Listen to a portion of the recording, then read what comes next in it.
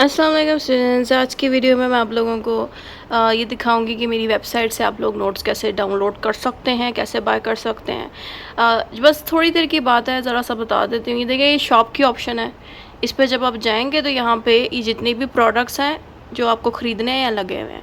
Suppose आप कहते हैं मुझे ये वाले नोट्स चाहिए, आपने क्या करना है, सिंपली ऐड टू कार्ट पे क्लिक करना है। ऐड टू कार्ट का मतलब है जैसे आप स्टोर पे जाते हैं ना, शॉपिंग बैग में चीज़ें डालते हो, तो उस तरह से आप इसको परचेज़ कर सकते हो। मैंने थोड़ी देर पहले इंग्लिश स्टोरीज़ एंड सृदनी वाश्तार इनको भी मैंने इस कार्ट में डाला था, यानी कि इस बास्केट में डाला था। आप यहाँ से अगर अल्टरनेटिव डिस्प्यूट की भी ख़रीदना चाहते हैं, आपने सिंपली ऐड टू कार्ट पे क्लिक कर देना है, तो ज़ाहिर है अल्टरनेटिव डिस्प्यूट की बुक भी यहाँ पे आ जाएगी। आप सारी देख लें कि जो जो चीज़ें आपको चाहिए ये सारी यहाँ पे मौजूद है। जो चीज़ नहीं चाहिए आप सिंपली डिलीट कर दें, ठीक है। तो जो चीज़ चाहिए होगी वो यहाँ मिल जाएगी आपको। सिंपली प्रोसीड टू चेकआउट पे क्लिक कर देना है। प्रोसीड टू चेकआउट पे जब आप क्लिक करेंगे तो क्या होगा कि आगे जैज़ कैश और इजी पैसा लगा होगा। आपने सिंपली क्या करना है, जैज़ कैश या इजी पैसा में से किसी एक ऑप्शन को चुन लेना है और बस उससे पे कर देना है। और जैसे आप पे करेंगे तो इसी वेबसाइट पे आपको डाउनलोड की ऑप्शन आएगी। तो ज़ाहिर है आपने इसको लॉगिन करना है इस वेबसाइट को। तो जिस जीमेल से आपने लॉगिन करके शॉपिंग की होगी उसी जीमेल पे वो नोट्स पड़े रहेंगे पूरी ज़िंदगी के लिए, ठीक है। तो इसीलिए मैंने ये ऑप्शन रखी है वेबसाइट वाली, ताकि जो स्टूडेंट्स जिनको जल्दी डाटा चाहिए किसी भी टाइम पे जो टेक्स्ट मुझे कर देते हैं, ज़रा मेरा रिप्लाई लेट आता है बाज़-औक़ात, तो सच है आप मेरी वेबसाइट से बाय कर लें। आप बस पे करें, उसी वक्त आपको नोट्स डाउनलोड के लिए मिल जाएंगे और उसी जीमेल पे वो पड़े रहेंगे। बेशक मोबाइल से डिलीट हो जाता है आपके पास नोट, लैपटॉप से डिलीट हो जाते हैं, कोई मसला नहीं है। जिस जीमेल से आपने लॉगिन करके मेरे नोट्स बाय किए हैं उसी जीमेल पे वो नोट्स पड़े रहेंगे, ठीक है। वहाँ से आप दोबारा भी उनको डाउनलोड करके यूज़ कर सकते हैं, देख सकते हैं, ठीक है। इतना ही था इस वीडियो में। खुदा हाफिज़। Checks and balance the US constitution. Checks and balance का टॉपिक सेपरेट भी आप लोग अटैम्प्ट कर सकते हैं और इस टॉपिक को पिछले चैप्टर सेपरेशन ऑफ पावर के साथ भी अटैम्प्ट किया जाता है। यानी कि जिन स्टूडेंट्स की सेपरेशन ऑफ पावर में तैयारी कम है, आंसर की लेंथ कम पड़ी है, तो वो उसके अंदर चेक एंड बैलेंस का चैप्टर भी डाल सकते हैं। और ये अलग से भी आ सकता है, चेक एंड बैलेंस अलग से पूछा जाए तो फिर आपने ये वाला इस तरह से अलग से लिख देना है, तब सेपरेशन ऑफ पावर्स ना लिखें। लेकिन अगर चेक एंड बैलेंस भी आपको नहीं आता सही से, थोड़ी सी ही हेडिंग्स इसकी आती हैं और पेपर में चेक एंड बैलेंस का पूछ रहे हैं, तैयारी कम है इसकी, तो फिर उसमें थोड़ा सा हिस्सा सेपरेशन ऑफ पावर्स का भी डाल दें। जब आप दोनों को कंबाइन करके लिखेंगे तो आंसर की लेंथ लंबी हो जाएगी, आंसर लंबा हो जाएगा। तो वो आंसर जिसमें चेक एंड बैलेंस और सेपरेशन ऑफ पावर्स इकट्ठे हो, वो आप चेक एंड बैलेंस के आंसर के साथ भी अटैम्प्ट कर सकते हैं और सेपरेशन ऑफ पावर के साथ भी अटैम्प्ट कर सकते हैं। Introduction. Checks and balance system is an idea in the United States constitution. जो यूनाइटेड स्टेट्स का जो कॉन्स्टिट्यूशन है उसके अंदर चेक एंड बैलेंस सिस्टम को प्रॉपर्ली डेवलप किया गया, प्रॉपर्ली ऐड किया गया। It was made to stop any one part of the government from becoming too strong। Check and balance system को इसलिए बनाया गया ताकि गवर्नमेंट के बाकी के डिपार्टमेंट ज़रूरत से ज़्यादा ताकतवर ना हो जाएं, क्योंकि ज़रा जब वो ताकतवर होंगे तो वो अपनी पावर्स को मिसयूज़ भी कर सकते हैं। इस चीज़ को कंट्रोल में रखने के लिए चेक एंड बैलेंस का सिस्टम का होना बड़ा ज़रूरी है। इस चेक एंड बैलेंस के सिस्टम का मतलब क्या है कि गवर्नमेंट के डिपार्टमेंट्स एक दूसरे को चेक करती हैं ताकि सिस्टम बैलेंस में रहे, कोई भी चीज़ ख़राब ना हो। इसलिए चेक एंड बैलेंस सिस्टम का ये मतलब बनता है। फिर आगे आता है, it means that powers is divided and each part of the government can watch, control and limit the other parts. यहाँ पे ये लिखा है कि चेक एंड बैलेंस सिस्टम में थोड़ा सा यहाँ पे ये जो लाइन लिखी गई यहाँ से यहाँ तक, ये सेपरेशन ऑफ पावर्स के बारे में कि होता क्या है कि गवर्नमेंट के तमाम डिपार्टमेंट्स अलग वर्क करते हैं। अगर आपने सेपरेशन ऑफ पावर्स की वीडियो नहीं देखी तो उसका यहाँ टॉप पे लिंक मौजूद है, उसमें भी सेम बात यही बताई गई है कि सारे डिपार्टमेंट्स अलग अलग वर्क करते हैं।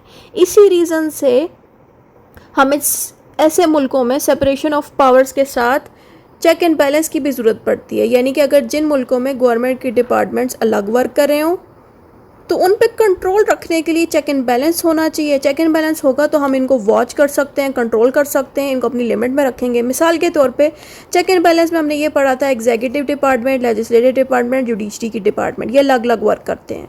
अगर एग्जीक्यूटिव डिपार्टमेंट लेजिस्लेटिव पे कंट्रोल रखेगा, चेक रखेगा, चेक रखने का मतलब ये नहीं कि हम कंट्रोल कर रहे हैं, चेक रखने का मतलब यह है कि हम अगले पर्सन को समझा रहे हैं कि अपनी लिमिट में रह के काम करो।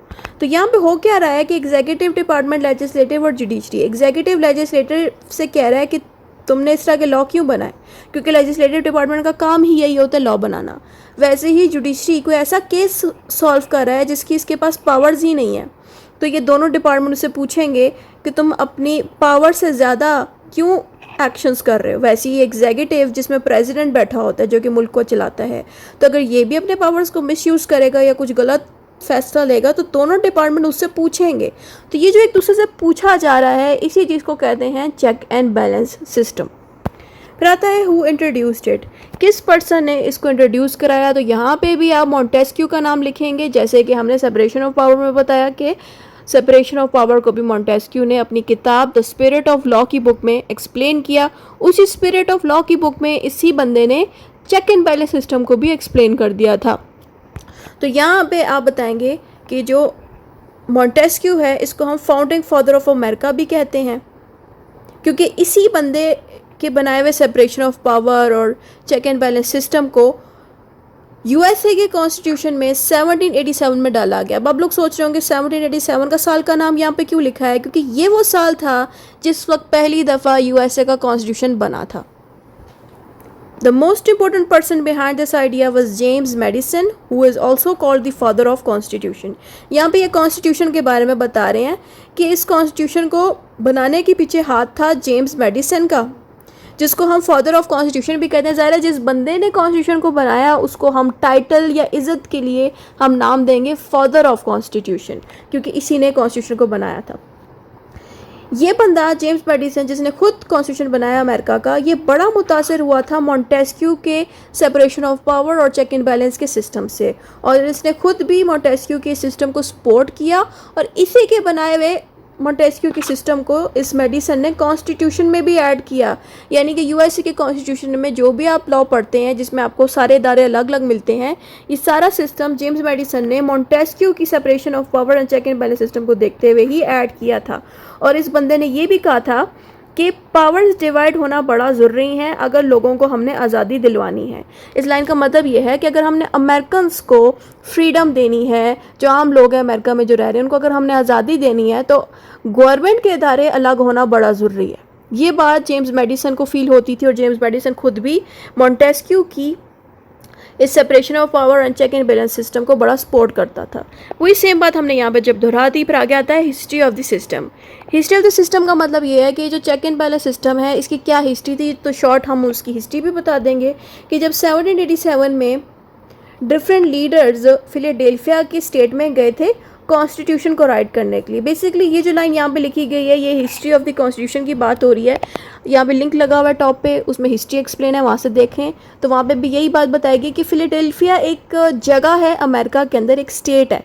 वहाँ पे तमाम लीडर्स बाकी के स्टेटों से जाके बैठ गए थे, यानी कि बहुत सी स्टेट्स हैं जैसे कि न्यूयॉर्क की स्टेट होगी और बाकी जितनी भी स्टेट्स हैं उधर जितने भी लीडर्स थे वो सारे मीटिंग करने के लिए एक ही जगह पे आ गए। उस जगह का नाम था फिलाडेल्फिया। क्यों आए थे वहाँ पे? ताकि कॉन्स्टिट्यूशन बनाया जा सके अमेरिका के लिए, और ये उस साल चल रहा था उस वक्त 1787 का। They wanted to create a strong government but they were afraid of dictatorship. ये सारे लीडर्स ये चाहते थे कि अमेरिका के लिए कोई अच्छी सी गवर्नमेंट बने, लेकिन ये लोग डरते थे कि अमेरिका में डिक्टेटरशिप वाला रोल ना हो जाए। डिक्टेटरशिप का मतलब ये है कि एक ही इदारे के पास सारी पावर्स ना आ जाए, ये इसी से डरते थे। लेकिन ये भी चाहते थे कि हमारी गवर्नमेंट स्ट्रांग हो। लेकिन ज़ाहिर है अगर गवर्नमेंट स्ट्रांग करनी है तो फिर एक डिपार्टमेंट ज़रूरत से ज़्यादा पावरफुल भी हो जाएगा जो कि डिक्टेटरशिप का भी रोल अदा करेगा, लेकिन ये लोग इस चीज़ से डरते थे। तो फिर इस मसले को सॉल्व करने के लिए इन्होंने सोचा कि क्यों ना हम अपने कॉन्स्टिट्यूशन के अंदर सेपरेशन ऑफ पावर और चेक एंड बैलेंस सिस्टम को डाल दें, जिससे ये फ़ायदा होगा कि किसी एक इदारे के पास सारी पावर्स नहीं जाएंगी, पावर्स डिवाइड हो जाएंगी बराबर इन डिपार्टमेंट्स में, और ये लोग एक दूसरे पे चेक एंड बैलेंस करेंगे, यानी कि एक दूसरे पे नज़र रखेंगे, सवाल पूछेंगे। ठीक है, तो इन्होंने इस मसले को सॉल्व करने के लिए चेक एंड बैलेंस सिस्टम को कॉन्स्टिट्यूशन के अंदर 1787 में ऐड कर दिया।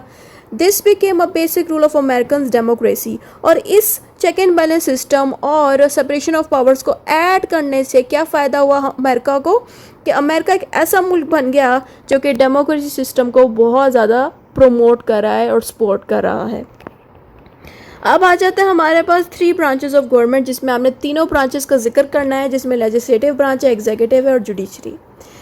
अमेरिका की लेजिस्लेटिव ब्रांच का नाम है कांग्रेस, जैसे कि यूके के मुल्क में पार्लियामेंट है, वैसे ही अमेरिका में कांग्रेस के नाम की एक डिपार्टमेंट होता है जो लॉ बनाता है। जैसे कि मैंने आपको यूके के कॉन्स्टिट्यूशन में बताया कि वहाँ पे 2 हाउसेज होते हैं, एक अपर एक लोअर। पाकिस्तान में भी इसी तरह एक अपर एक लोअर हाउस है, वैसे ही अमेरिका में भी अपर और लोअर हाउस मिलेगा हमें कांग्रेस में, कि अपर हाउस का नाम होगा सेनेट और लोअर हाउस का नाम होगा हाउस ऑफ रिप्रेजेंटेटिव।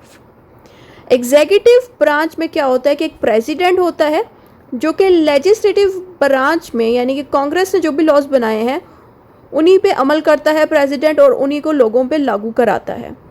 अब आप बात करते हैं जुडिशल ब्रांच की। जुडिशल ब्रांच में आ जाती है सुप्रीम कोर्ट और बाकी की तमाम कोर्ट्स, जो कि बने हुए लॉज पे सारे केसेस सॉल्व करती हैं। तो इस तरह से मेन ब्रांचेस हैं जो पूरे मुल्क को चलाने का काम करती हैं। तो इस तरह से पावर्स डिवाइड की गई हैं सेपरेशन ऑफ पावर्स में। अब आ जाता है how checks and balance work. अब यहाँ पे आपने तरीका बताना है कि किस तरह से ये डिपार्टमेंट्स एक दूसरे पे चेक रखते हैं, एक दूसरे पे नज़र रखते हैं। हमने बताना है each branch can stop other from becoming too powerful, कि हर ब्रांच एक दूसरे को कंट्रोल में रखने की कोशिश करेगा ताकि दूसरा ब्रांच ज़रूरत से ज़्यादा पावरफुल ना हो जाए। तो चेक कैसे किया जाएगा कि सबसे पहले हमने इसमें कांग्रेस की बात करनी है कि कांग्रेस जिसका जो लेजिस्लेटिव डिपार्टमेंट है, जो लॉ बनाता है, अगर कांग्रेस कोई भी लॉ बना रहा है but the president can reject them, ये बेसिकली बात कर रहे हैं लॉ मेकिंग प्रोसीजर की। इसकी भी वीडियो मैं यहाँ पे लगा दूंगी टॉप पे, जिसमें क्या होता है कि कांग्रेस जब लॉ बनाता है ना, तो फाइनल में एंड पे एक सिग्नेचर चाहिए होता है प्रेसिडेंट का। अगर उसमें प्रेसिडेंट का सिग्नेचर नहीं होगा ना, तो कांग्रेस का वो लॉ बन ही नहीं सकेगा। यही बात है कि कांग्रेस अपने बने हुए लॉ को लॉ नहीं बना सकता जब तक कि प्रेसिडेंट जो कि एग्जीक्यूटिव डिपार्टमेंट में बैठा होता है उनके लॉज पे साइन ना करते। इससे क्या फ़ायदा होता है कि प्रेसिडेंट जो कि एग्जीक्यूटिव डिपार्टमेंट का हेड है वो कंट्रोल रख सकता है कांग्रेस के लॉज के ऊपर। अब हम आ जाते हैं प्रेसिडेंट पे कि प्रेसिडेंट पे कैसे कंट्रोल किया जाता है जो कि एग्जीक्यूटिव में बैठा होता है। प्रेसिडेंट कैन चूज द जज but the senate must agree, कि प्रेसिडेंट किसी भी बंदे को अगर जज की पोस्ट पे बिठाना चाहता है, जॉब दिलवाना चाहता है, तो वो तब तक नहीं दिलवा सकता जब तक कि वो सेनेट से पूछ ना ले। अगर सेनेट मान जाता है प्रेसिडेंट के इस चुने गए बंदे को, तो फिर उसको जज की पोस्ट पे बिठा दिया जाएगा। अब आप लोग सोच रहे होंगे कि ये सेनेट कौन है। ये सेनेट बैठता है कांग्रेस के अपर हाउस में। जैसे कि मैंने बताया कि कांग्रेस के 2 हाउसेज हैं, एक अपर है एक लोअर।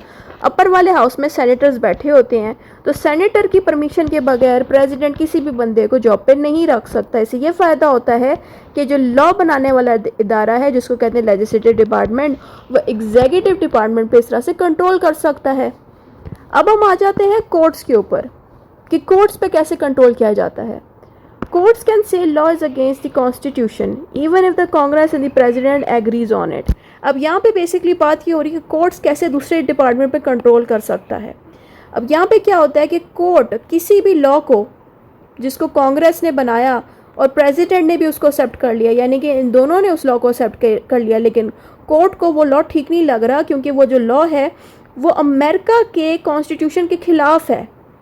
यानी कि अमेरिका के कॉन्स्टिट्यूशन के ख़िलाफ़ का मतलब यह है कि कॉन्स्टिट्यूशन ने जिन बातों के लिए मना किया है वही चीज़ें इस लॉ में मौजूद हैं, तो ये अलाउ नहीं कर सकता कोर्ट भी।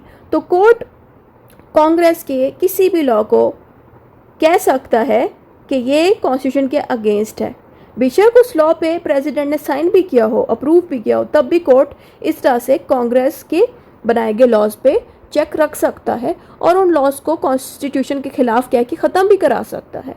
अब हम आ जाते हैं कांग्रेस की दूसरी लाइन पे कि Congress can remove the president through impeachment if he does something wrong, कि कांग्रेस जो कि लॉ बनाने का इदारा है, लेजिस्लेटिव डिपार्टमेंट, वो प्रेसिडेंट पे भी कंट्रोल इस तरह से रख सकता है कि अगर प्रेसिडेंट अपनी पावर्स के अंदर रहते हुए अपनी जॉब के दौरान कोई ऐसे काम कर देता है जो उसको नहीं करने चाहिए, तो इस वजह से कांग्रेस उस प्रेसिडेंट को जॉब से निकाल सकती है। तो यहाँ से आप देख लें कि प्रेसिडेंट पे भी इस तरह से कांग्रेस कंट्रोल रखती है। तो यहाँ पे कोर्ट्स के बारे में बाला नहीं बताया गया था, आगे आएगा। तो कोर्ट्स के ऊपर भी इस तरह से कंट्रोल किया जाएगा कि कोर्ट कोई ऐसा डिसीजन ले रही है जिसके जो वो कोर्ट नहीं ले सकती, जिसकी पावर्स नहीं है कोर्ट के पास, तो लेजिस्लेटिव डिपार्टमेंट और एग्जीक्यूटिव डिपार्टमेंट कोर्ट से पूछेगी कि आपकी पावर्स तो कॉन्स्टिट्यूशन में इतनी ज़्यादा तो है नहीं, फिर भी आप इस पर फैसला ले रहे हैं इस डिसीजन पे। दूसरा से कोर्ट पे भी कंट्रोल कर सकती हैं बाकी के दोनों डिपार्टमेंट्स। अब आ जाता है method of checks and balance. Method of checks and balance का मतलब ये कि चेक इन पे कैसे किया जाता है। सबसे पहले नंबर पे हम बात करेंगे कांग्रेस की, क्योंकि कांग्रेस में ज़ाहिर है दो हाउसेज हैं, सेनेट और हाउस ऑफ रिप्रेजेंटेटिव्स। अब होता क्या है कि कांग्रेस सबसे पहले तो खुद पे चेक रखती है, यानी कि अगर सेनेट ने कोई लॉ बनाया है तो वो चेकिंग के लिए जाएगा लोअर हाउस में, अगर लोअर हाउस ने कोई लॉ बनाया है तो वो अपर वाले हाउस में चेकिंग के लिए जाएगा। एक दफ़ा जब यहाँ से वो लॉ चेक हो जाए फिर वो लॉ मज़ीद चेक होने के लिए जाएगा एग्जीक्यूटिव डिपार्टमेंट में, जहाँ पे प्रेसिडेंट बैठा होगा जो इनके लॉ पे साइन करेगा। तो इस तरह से आप देखें कि सबसे पहले कांग्रेस अपने आप को चेक करेगा कि उसके जो दोनों हाउसेज हैं वो अपने लॉस को पहले चेक करेंगे। फिर आता है Congress checks upon executive and judiciary. दूसरा मेथड है कि कांग्रेस एग्जीक्यूटिव पे भी कंट्रोल रखेगा, चेकिंग करेगा, और जुडिशरी पे भी प्रॉपर्ली चेकिंग करेगा, कंट्रोल करेगा चेकिंग के प्रोसेस को। अगर हम एग्जीक्यूटिव की बात करें जहाँ पे प्रेसिडेंट बैठा होता है, वो भी उसी तरह से कांग्रेस और जुडिशरी पे भी कंट्रोल करेगा। अगर हम जुडिशरी की बात करें वो भी उसी तरह से एग्जीक्यूटिव और कांग्रेस पे कंट्रोल करेगा। ठीक है, अब यहाँ पे हमने पहले तो इनके पॉइंट्स लिखे, फिर अब करना क्या है कि जो पॉइंट्स यहाँ पे लिखे गए हैं उन्हीं को मैंने आगे एक्सप्लेन किया है। तो यहाँ पे मैंने Congress checks inside the Congress, तो वही चीज़ मैंने अब यहाँ पे एक्सप्लेन करनी है। तो यहाँ पे मैंने फ़ोटो में भी बता दिया है कि सेनेट क्या है, हमारा अपर हाउस है, हाउस ऑफ रिप्रेजेंटेटिव क्या है, कांग्रेस का लोअर हाउस है। अब सेनेट कोई लॉ बना रहा है, वो जा रहा है चेकिंग के लिए कहाँ पे, लोअर हाउस में, और लोअर हाउस जिसका नाम है हाउस ऑफ रिप्रेजेंटेटिव, वो जो लॉ बना रहा है वो कहाँ चेक होने के लिए जा रहा है, सेनेट के पास। तो ये जो डायग्राम है जो मैंने बनाई है, इससे पता चल रहा है कि कांग्रेस पहले अपने लॉ को खुद चेक करती है, फिर ही वो अगले वाले गवर्नमेंट के इदारे में उस लॉ को भेजेगी साइन के लिए प्रेसिडेंट के पास। तो यही बात यहाँ पे लिखी कि inside the Congress there are two houses, upper and lower house. फिर आपने बताना है कि अगर अपर हाउस का नाम क्या है, लोअर हाउस का नाम क्या है, वो बात जब आपने बता दी, फिर आपने बताना है कि जो दोनों हाउसेज हैं जब भी ये लॉ बनाते हैं एक दूसरे को लॉ चेक कराते हैं। ठीक है, और आपने बताना है कि इस तमाम प्रोसेस के बारे में, ये जितनी भी तफसील मैंने पढ़ी है ना कि कांग्रेस के दो हाउसेज हैं और ये एक दूसरे को लॉ चेक कराती हैं, ये सारी तफसील आपको मिलेगी आर्टिकल 1 सेक्शन 1 से लेके सेक्शन 3 तक। यानी कि अगर आप गूगल पे लिखते हैं, वेबसाइट पे सर्च करते हैं आर्टिकल 1 सेक्शन 1 से सेक्शन 3 तक, तो आपको ये तमाम चीज़ें उसमें बताई जाएंगी। तो आर्टिकल 1 सेक्शन 1 मैंने एक्सप्लेन किया कि आर्टिकल 1 सेक्शन 1 में कांग्रेस के बारे में बताया गया है कि जो कांग्रेस है उसमें दो हाउसेज होंगी, एक सेनेट और एक हाउस ऑफ रिप्रेजेंटेटिव। उसके बाद हम आ जाते हैं आर्टिकल 1 सेक्शन 2 पे सीधा। इसमें आपने हाउस ऑफ रिप्रेजेंटेटिव के बारे में बताना है कि हाउस ऑफ रिप्रेजेंटेटिव जो है, इनके बंदे 2 साल के लिए जॉब पे होते हैं, इनकी एज 25 साल से ज़्यादा होनी चाहिए, 7 साल के लिए सिटीजन्स हों। यानी कि बेसिकली इस आर्टिकल में ना हाउस ऑफ रिप्रेजेंटेटिव के बारे में सारा कुछ बताया गया। आप चाहें तो ये सारी तफसील देना चाहे दे दें, नहीं तो सिर्फ इतना बता दें कि इस आर्टिकल में सारी डिटेल आपको हाउस ऑफ रिप्रेजेंटेटिव्स के बारे में मिल जाएगी। तो यही चीज़ें यहाँ पर भी लिखी हैं। आगे इसमें लिखा है कि हर स्टेट से कोई ना कोई बंदा जो है बैठा होगा इस हाउस ऑफ रिप्रेजेंटेटिव में, और इसी हाउस ऑफ रिप्रेजेंटेटिव में जितने मेंबर्स हैं उनमें एक हेड होगा, उस हेड का नाम होगा स्पीकर। फिर आता है house has the power to accuse government officials, यानी कि यहाँ पे इस हाउस में जो मेंबर्स बैठे होंगे वो गवर्नमेंट के डिपार्टमेंट्स, जो बाकी के गवर्नमेंट के डिपार्टमेंट्स हैं, उन पे नज़र रखेंगे और उनको जॉब से भी निकाल सकते हैं। ये इनकी पावर्स हैं। अब हम आ जाते हैं आर्टिकल 1 सेक्शन 3 में, जिसमें सेनेट के बारे में थोड़ा आपने बताना है कि हर स्टेट से 2 सेनेटर्स बैठे होंगे। उसके अलावा सेनेटर जो हैं तकरीबन 6 साल के लिए सिलेक्ट होते हैं, और जो सेनेटर्स हैं उनकी 30 साल तक की एज होनी चाहिए, 30 साल से वो छोटे के ना हो, 9 साल के लिए वो यूएस के सिटीज़न रहे हों और वो रहते ही उस स्टेट में हो जहाँ से उनको चुना जाए।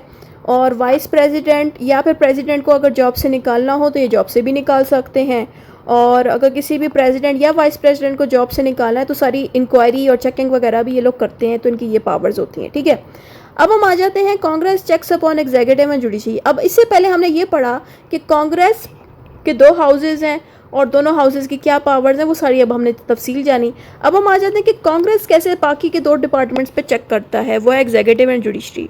सबसे पहले नंबर पे आएगा हमारे पास आर्टिकल 1 लेजिस्लेटिव ब्रांच। आर्टिकल 1 में हमने बताना है कि कांग्रेस के पास पूरी पावर्स हैं लॉज बनाने की, और कांग्रेस प्रेसिडेंट पे भी कंट्रोल कर सकता है। कैसे कि वो प्रेसिडेंट के वीटो पावर्स को ओवरराइड कर सकता है। अब वीटो का मतलब क्या है? पहली बात तो ये है कि प्रेसिडेंट को, जैसे मैंने स्टार्टिंग में बता दिया कि प्रेसिडेंट कांग्रेस के बनाए हुए लॉज पे साइन करेगा। जब तक कि प्रेसिडेंट उन कांग्रेस के लॉज पे साइन नहीं करता, उन लॉज की कोई वैल्यू नहीं होगी, उन पे कोई अमल नहीं करेगा जब तक कि प्रेसिडेंट उस पर साइन ना कर दे। अगर प्रेसिडेंट को कांग्रेस का कोई भी लॉ पसंद नहीं आ रहा या प्रेसिडेंट को वो लॉ अच्छा नहीं लगता, तो प्रेसिडेंट क्या करेगा? उस लॉ के ऊपर वीटो कर देगा। वीटो का मतलब ये है कि मैंने इस चीज़ को कैंसिल कर दिया, अब ये वापस ले जाओ। तो ये होती हैं वीटो पावर्स, प्रेसिडेंट के पास ये पावर्स होती हैं। अब प्रेसिडेंट ने सपोज क्या किया, वीटो करके लॉ जो है रिजेक्ट करके वापस भेज दिया कांग्रेस के पास, लेकिन कांग्रेस को कॉन्स्टिट्यूशन ने इस आर्टिकल 1 के अकॉर्डिंग ये पावर्स दी हैं कि वो प्रेसिडेंट के वीटो को ओवरराइड कर सकता है। ओवरराइड का मतलब ये है कि बेशक प्रेसिडेंट ने रिजेक्ट कर दिया, इस पर साइन नहीं किया, फिर भी उस लॉ को लॉ बना दिया जाएगा अगर उस लेजिस्लेटिव डिपार्टमेंट यानी कि कांग्रेस के अंदर 2/3 वोट्स आ जाएं। होता क्या है कि अगर सेनेट ने भी उस लॉ को एक्सेप्ट कर लिया है, लोअर हाउस ने भी, जिसका नाम है हाउस ऑफ रिप्रेजेंटेटिव, उसने भी लॉ को एक्सेप्ट कर लिया है, फिर वो आगे गया प्रेसिडेंट के पास, लेकिन प्रेसिडेंट ने वीटो करके कैंसिल करके लॉ को वापस भेज दिया। लेकिन सेनेट को भी उस लॉ से कोई एतराज़ नहीं है और लोअर हाउस को भी एतराज़ नहीं है, फिर लोग मिलके बैठेंगे और वोटिंग करेंगे। अगर 2/3 वोट्स इस बात पे आ गए कि हाँ इस चीज़ को अब लॉ बना देना चाहिए, तो प्रेसिडेंट की साइन के बगैर भी वो लॉ प्रॉपरली लॉ बन जाएगा और लोग उस पर अमल करेंगे। लेकिन उसकी शर्त यह है कि 2/3 वोट्स लाजमी होने चाहिए उन मेंबर्स के, सेनेट और लोअर हाउस दोनों में से। अप्रूविंग और रिजेक्टिंग प्रेसिडेंशियल अपॉइंटमेंट, इनके पास एक और पावर भी है कि अगर कोई भी प्रेसिडेंट किसी भी बंदे को जॉब पे रखता है तो अप्रूवल चाहिए होगा सेनेट का, यानी कि प्रेसिडेंट सेनेटर से पूछेगा कि मैं इस बंदे को जॉब पे रखूँ या ना रखूँ, तो ये चीज़ यहाँ पे होगी। फिर आगे आता है इम्पीचिंग एंड रिमूविंग द प्रेसिडेंट, यानी कि किसी प्रेसिडेंट को उनकी गलत हरकत पर अगर जॉब से निकालना है तो कौन निकाल सकता है इनको जॉब से? कांग्रेस निकाल सकता है।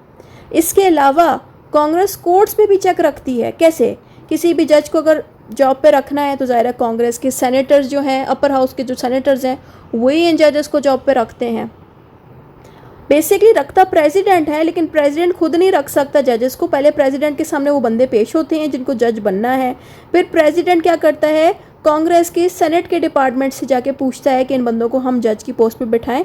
जब कांग्रेस के सेनेटर्स अप्रूवल दे देते हैं उसके बाद ही वो जजेस जॉब पे बैठते हैं। अगर कोई जज कोई गलत काम करता है तो उसको ये जॉब से निकाल भी सकते हैं। इम्पीचमेंट का मतलब है कि जॉब से निकाल सकते हैं। मेकिंग और changing laws that effects the court, और ये कोर्ट के लिए भी कोई ऐसे लॉज भी बना सकते हैं जो कोर्ट को फ़ायदा दें। ठीक है, तो ये सारी पावर्स आ जाती हैं कांग्रेस की। अब यहाँ से कांग्रेस की पावर्स ख़त्म हो जाती हैं। अब यहाँ से हम स्टार्ट करने लगे हैं एग्जीक्यूटिव के बारे में कि एग्जीक्यूटिव के पास कांग्रेस और जुडिशरी की पावर्स कौन से आर्टिकल्स में लिखी हैं और उन पावर्स में कौन सी पावर्स शामिल है। तो एग्जीक्यूटिव कौन होता है? पहली बात तो ये प्रेसिडेंट के बारे में बता रहे हैं कि जो प्रेसिडेंट है, जो एग्जीक्यूटिव डिपार्टमेंट का हेड है, इसके पास ये पावर्स कहाँ पे लिखी गई हैं? तो हमने बताना है कि जो आर्टिकल 2 है यूएसए कॉन्स्टिट्यूशन का, वहाँ पे एग्जीक्यूटिव के पास पूरी पावर है कि वो कांग्रेस और जुडिशरी पे पूरा कंट्रोल रख सकें। ये बात जब बता दी, फिर आपने हेडिंग देनी है आर्टिकल 2 की, जिसमें दोबारा से एग्जीक्यूटिव ब्रांच की हेडिंग दे देनी है। इसमें हमने बताना है कि इस आर्टिकल ने प्रेसिडेंट को ये पावर्स दे दी हैं कि वो बाकी के दोनों डिपार्टमेंट्स पे नज़र रख सके और उनके तमाम एक्शंस पे करे काम।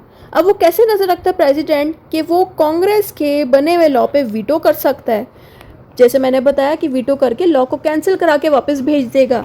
ठीक है, फिर आगे आता है हमारे पास president can check the court. अब प्रेसिडेंट कोर्ट्स को कैसे चेक करता है कि अगर किसी जज को जॉब पे रखना तो ज़ाहिर है प्रेसिडेंट के पास वो पहले जाएगा, फिर सेनेटर तक बात जाएगी, तो इसलिए इनके पास ये पावर होती है कि ये लोगों को जॉब पे रखते हैं। फिर आगे आता है ग्रांटिंग पर्डॉन्स। पर्डॉन का मतलब है माफ़ी दिलवाना। अगर किसी क्रिमिनल ने कुछ गलत एक्शन कर दिया है और उसको बहुत ज़्यादा सज़ा मिल रही है तो वो प्रेसिडेंट के पास जाके अपनी माफ़ी को कम भी करवा सकता है। तो ये पावर माफ़ी दिलवाने की सिर्फ प्रेसिडेंट के पास होती हैं। तो ये इनकी पावर्स हैं। तो इस तरह से ये कोर्ट के फैसलों में भी इन्वॉल्व होते हैं, यानी कि कोर्ट ने अगर किसी बंदे को बहुत ज़्यादा सज़ा दे दी है तो ये उनकी सज़ा कम भी करवा सकते हैं।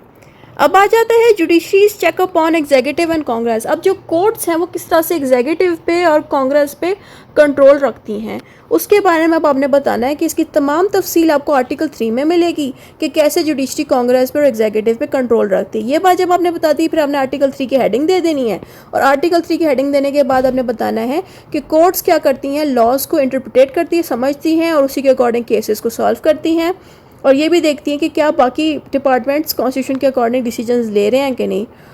अब ये दूसरे डिपार्टमेंट पे कैसे कंट्रोल करती हैं कोर्ट्स के, ये क्या करती हैं, कांग्रेस और प्रेसिडेंट को देखती हैं कि क्या इनके एक्शंस और लॉज कॉन्स्टिट्यूशन के अकॉर्डिंग है कि नहीं। देखें, कांग्रेस क्या करता है, लॉ बनाता है, प्रेसिडेंट क्या करता है, एक्शंस करता है।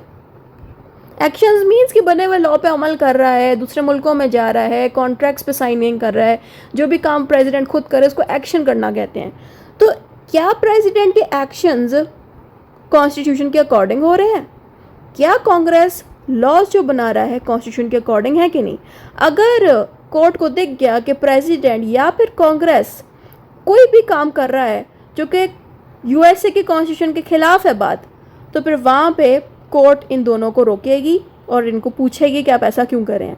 लेकिन अब आप लोग सोच रहे होंगे कि जो लोअर कोर्ट है क्या वो भी इस तरह से पूछ सकती हैं एग्जीक्यूटिव से और दूसरे से, बिल्कुल भी नहीं। याद रखें, कोर्ट्स में से जो सबसे बड़ी कोर्ट होगी जिसका नाम होगा सुप्रीम कोर्ट, सिर्फ उसी के पास पावर्स हैं कि वो दूसरे इदारों से पूछे।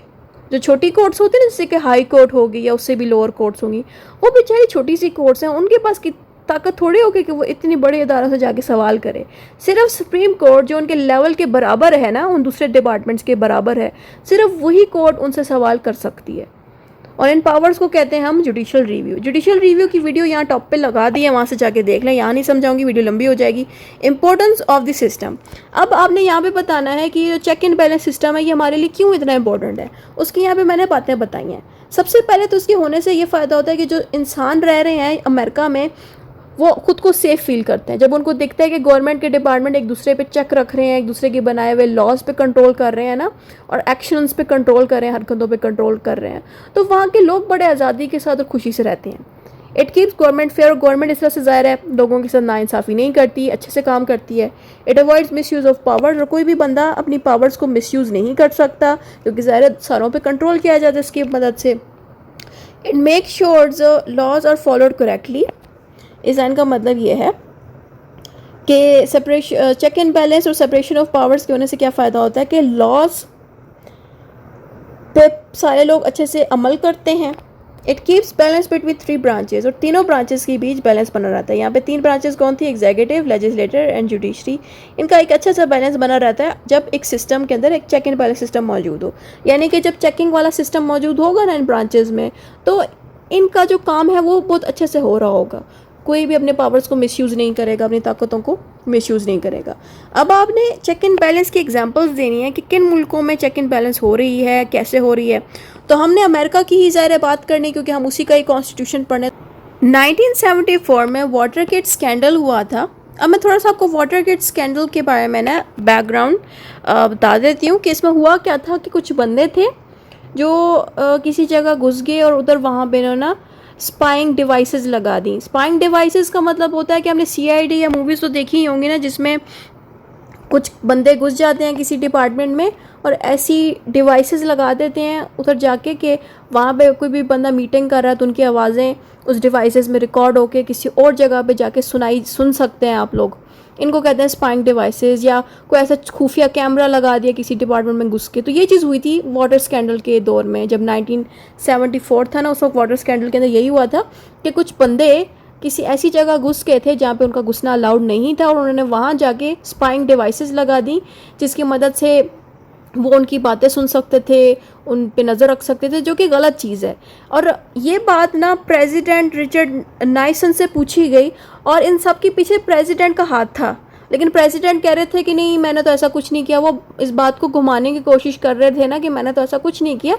लेकिन जब इन पे प्रॉपर्ली कार्रवाई की गई, छानबीन की गई, तो कांग्रेस को पता चला कि इन सब के पीछे प्रेसिडेंट का ही हाथ था। तो फिर ज़ाहिर है प्रेसिडेंट को फिर ऐसी सिचुएशन पे रिज़ाइन देना पड़ा। ठीक है, तो ये हुआ था इस स्कैंडल में। अगर आप मज़ीद कोई भी इस तरह की इन्फॉर्मेशन देना चाहते हैं चेक एंड बैलेंस वाली, तो हम नेट से भी कोई आसान एग्जांपल भी दे सकते हैं। ज़रूरी नहीं है कि आपको वाटर स्कैंडल वाली बात करनी, कोई भी आप दे सकते हैं एग्जांपल के लिए। नहीं भी देते एग्जांपल तो कोई मसला नहीं है। कंक्लूजन आ जाता है, जो भी आपने ऊपर पढ़ा है वही शॉर्ट करके कंक्लूजन में दोबारा से 4-5 लाइनों में रिपीट करना है। इतना ही था इस वीडियो में। ये मेरा दूसरा चैनल है और यहाँ पे आप लोगों को मूवी की तरह सारे टॉपिक्स मिलेंगे, यानी कि जो स्टूडेंट्स बोर हो जाते हैं नॉर्मल टॉपिक्स को देखते हुए तो उनको मैं मूवी की शक्ल में भी वीडियोस एक्सप्लेन कर देती हूँ। जैसे कि जो स्टोरीज़ हैं, स्टूडेंट्स का नहीं दिल करता बाज़-औक़ात स्टोरीज़ को रीड करने का, तो यहाँ पे मूवी की शक्ल में मैंने एक्सप्लेन की है। मूवी सुन लें, इस तरह से एक्सप्लेन्ड है। उसके 2 सीक्रेट पेट्स थे, एक हैन और एक फेरेट।